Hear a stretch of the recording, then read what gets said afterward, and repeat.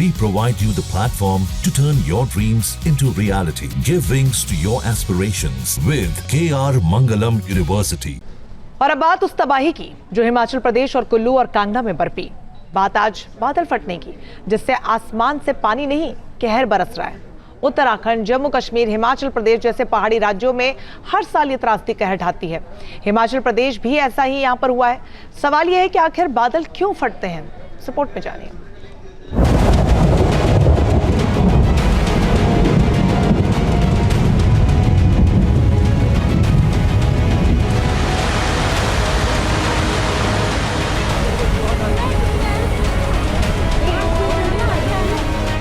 दूर कहीं आसमान में जब बादलों का होता है विद्रोह, तो जमीन पर जैसे जलजला आ जाता है।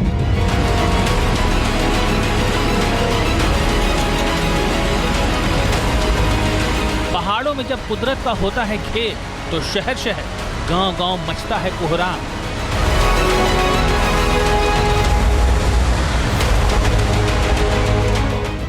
आसमान में गड़गड़ाहट होती है, धमाके की आवाज गूंजती है और जमीन पर तांडव मचता है।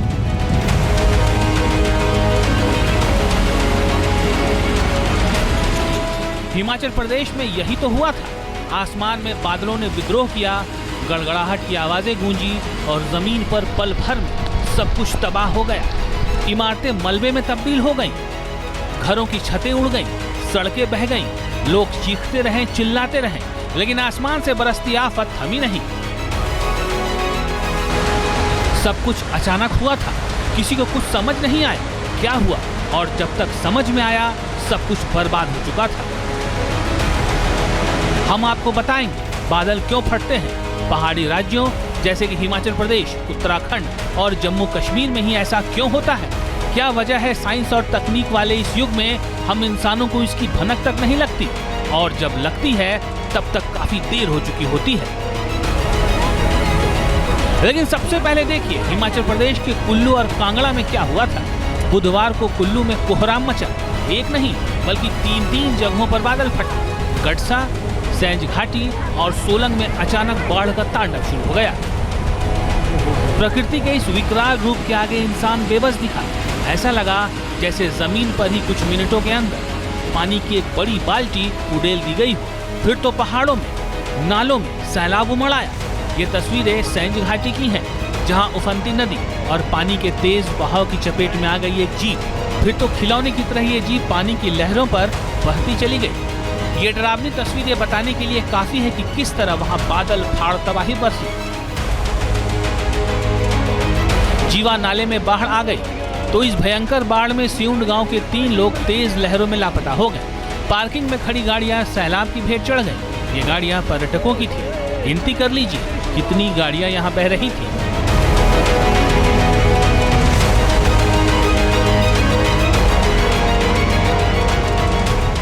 कुल्लू के इस जल प्रलय ने भयंकर तबाही मचाई। सेंज वैली में मौजूद पावर प्रोजेक्ट साइट को भी भारी नुकसान पहुंचा है। मनाली और बंजार में भी अचानक बाढ़ आ गई। ब्यास नदी के उफान पर आने से मनाली चंडीगढ़ नेशनल हाईवे को नुकसान पहुंचा है। सतलुज नदी का जलस्तर बढ़ गया है। इसके अलावा लाहौल और स्पीति में लैंडस्लाइड हुई और यातायात ठप हो गए।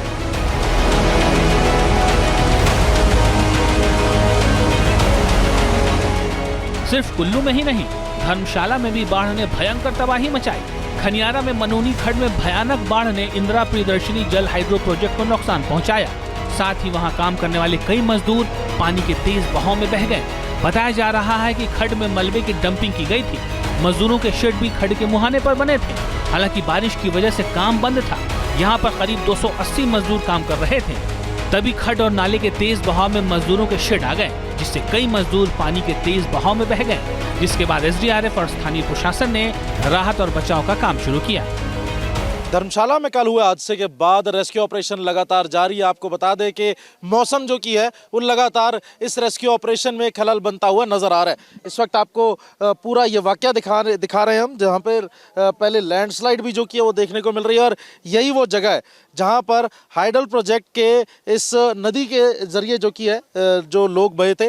आपको बता दें जो लोग इस हाइडल प्रोजेक्ट पर जो की है काम कर रहे थे, उनकी एक टेम्परेरी शेड जो की है बिल्कुल नदी के पास बनाया गया था, जिसके चलते ये हादसा जो किया होता हुआ नजर आया। कल पानी का बहाव भी काफ़ी ज़्यादा तेज़ था और जो लोग थे वो पानी के बहाव की चपेट में आते हुए नजर आए, जिसके चलते ये पूरा हादसा हुआ। आज सुबह से एनडीआरएफ और एसडीआरएफ की लगातार टीम्स द्वारा जो किया है वो रेस्क्यू ऑपरेशन किया जा रहा है। अभी तक 3 शव जो किया वो बरामद किए जा चुके हैं और बाकी जो लोग हैं उनकी लगातार तलाश जो किया जारी है।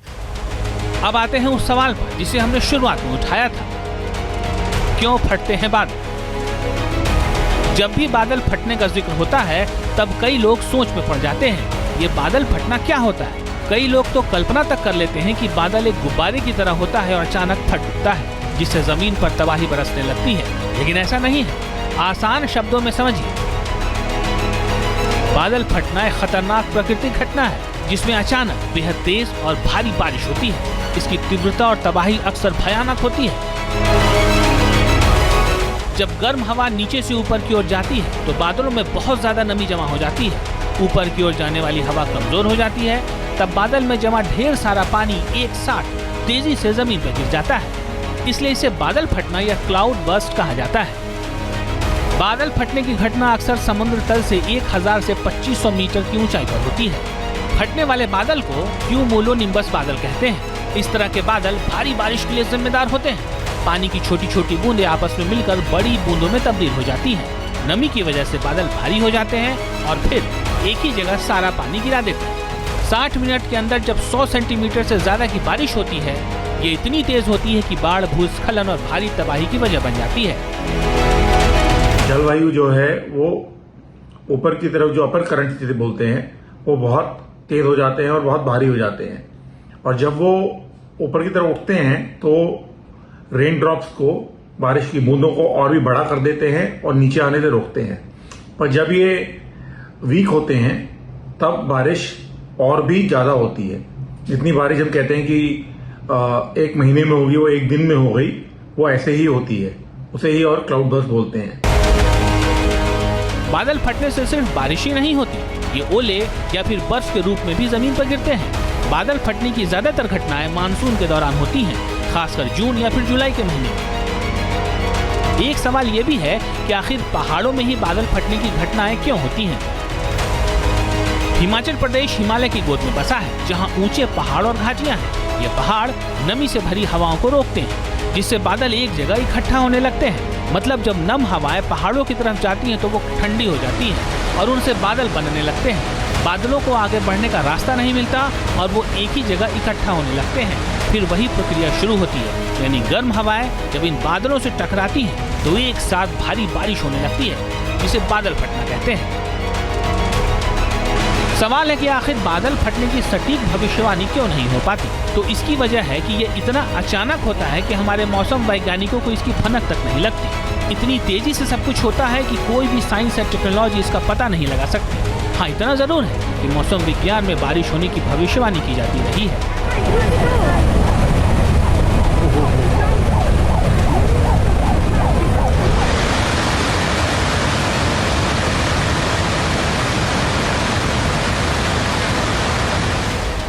हिमाचल प्रदेश में बादल फटने की वजह इसका पहाड़ी भूगोल, मानसून की नमी और जलवायु परिवर्तन है। वैसे तो ये एक प्राकृतिक घटना है, लेकिन हम इंसान की गलतियों ने इस तरह की घटनाओं को बढ़ा दिया है। ग्लोबल वार्मिंग की वजह से मौसम के पैटर्न में बदलाव आया है। बेलगाम निर्माण और वनों की कटाई ने धरती के वातावरण को गर्म कर दिया है। और होता क्या है कि क्लाउड बर्स्ट से और भी ज्यादा नुकसान होता है जब हम देखते हैं कि नीचे जो है धरती पे हमने पेड़ काट दिए हैं, सॉइल लूज हो गया है, लूज सॉइल के ऊपर कंस्ट्रक्शन हो गई है। तो हमें अपने पहाड़ों में जो है ग्रीनरी को बढ़ाना होगा, पेड़ों को और लगाना होगा, और उसी से ही तापमान भी नीचे आएगा। क्योंकि क्लाइमेट चेंज की आपदा जो है ये तो अभी बढ़ रही है। हर साल जो है तापमान बढ़ रहा है और हम लोग इसकी तरफ कोई ध्यान नहीं दे रहे हैं, सरकारें भी ध्यान नहीं दे रही हैं। जब नदियों के रास्ते में रुकावट आती है तो जलवाष्प भी तेजी से बनता है, जिससे बादलों का निर्माण होता है। पहाड़ी नालों में बादल फटना विनाशकारी होता है और जान माल को भारी नुकसान पहुंचता है, क्योंकि ज्यादातर पानी घाटियों और नालों में जमा हो जाता है। ये पानी उस इलाके के पेड़ पौधों और इंसानी बस्तियों को अपनी चपेट में ले लेता है, क्योंकि हम आज तक बाढ़ और लैंडस्लाइड के बचाव के लिए कुछ भी खास नहीं कर पाए हैं। Team news nation. जहां भक्ति है हर शब्द में, कथाओं में छिपे हैं दिव्य रहस्य और ज्योतिष देता है जीवन को दिशा। धर्म से जुड़ी हर बातों को जानने के लिए हमारे चैनल स्तुति को सब्सक्राइब करें।